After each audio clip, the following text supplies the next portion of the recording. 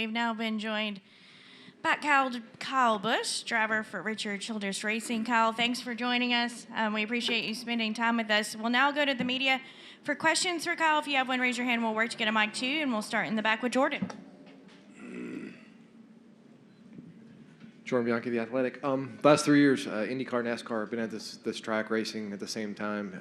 Are you a fan of that weekend? Have you enjoyed it?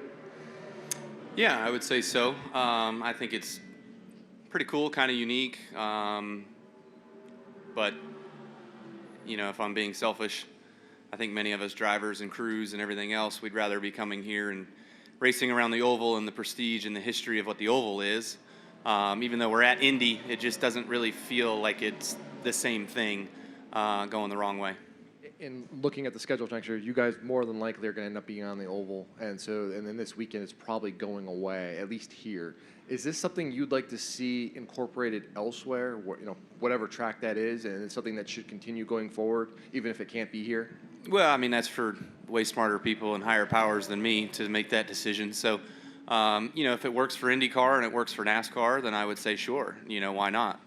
There's plenty of places that we can do it. We could do it together, stuff like that. You could even do it at Watkins Glen together if you wanted to, where all you got to do is move some cones and the IndyCar guys can run the boot and we can run our normal course, but you can still be on the same essential track during the weekend. You know, so there's definitely plenty of opportunities to continue the camaraderie between the paddocks and garage area to have an IndyCar NASCAR double. All right, Kelly. Kelly, CrandallRacer.com. Kyle, you've been very outspoken in the past about restarts on road courses into turn one, particularly, whether it's here or COTA. With the restart zone being backed up between 13 and 14 this weekend, is there any optimism that will help at all for turn one? Possibly a little bit. I think the only other way to help it even more would just call it right now and just go single file. You know, and make it single file starts going down the front stretch into turn one. You've got to separate these guys and give them some separation because they have absolutely no respect and they just drive over each other, you know. We see it every week. We see it on ovals. You know, Blaney wanted to be mad last week, and yet he crashed me and he almost crashed the 7, and he's mad.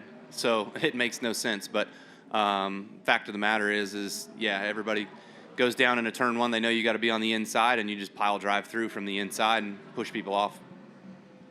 On the single-file restarts, Elton had said on Sirius earlier this week that is something they will keep in their back pocket for this weekend, not just for weather. So you would like them to consider that more, maybe on these road courses, that if it looks like it's getting out of control, kind of save you guys from yourselves? 1,000%, no question. Yep, got to make the call. Don't be afraid to make the call. All right, go ahead. Steven Stump, frontrust.com.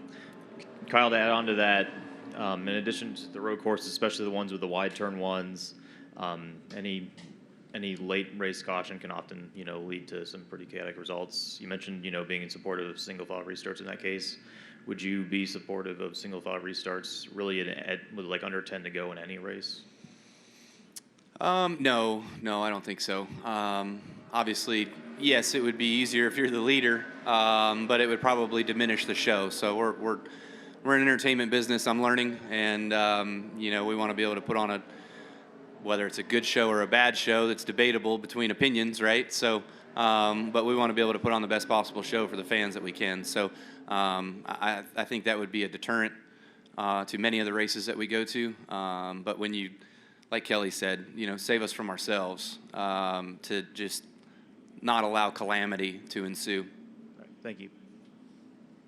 All right, we'll go to Nate.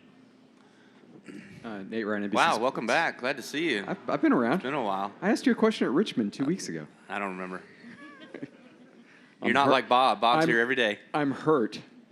When SVG won at Chicago, there was a lot of focus on his right foot heel toe braking technique. Mm-hmm. Do you know how to heel toe? No, not successfully. I know how to do it and I can do it, but it is very clunky. I am not a smooth operator when it comes to having to do the heel toe. I did it years ago when I first kind of came in. Like, I was learning from Boris Said and Fellows and a couple of those guys, just talking with them. And, you know, wheel hop issues with the old car, it would really kind of help subside that. But then we just went to work on the car and the braking and everything else. And to me, every time I'm able to just maximize my left foot for brake, I'm way better off. So I've kind of gotten away from it. Okay. So it wouldn't even really be worth the trade-off of trying to do it or trying to learn it? Right. Yeah. For me, no, because like the Chevy guys, thanks to Chevy for letting us come over here. We did a test with some street Camaros around here, and I tried it. Like I tried to do the right foot over, brake, use the clutch, and do the downshifts and stuff like that. And I was like a half a second slower than just using the brake and matching the RPMs for the downshifts. All right. Additional questions for Kyle? All right. Perfect. Kyle, appreciate you spending time with us today. Thanks.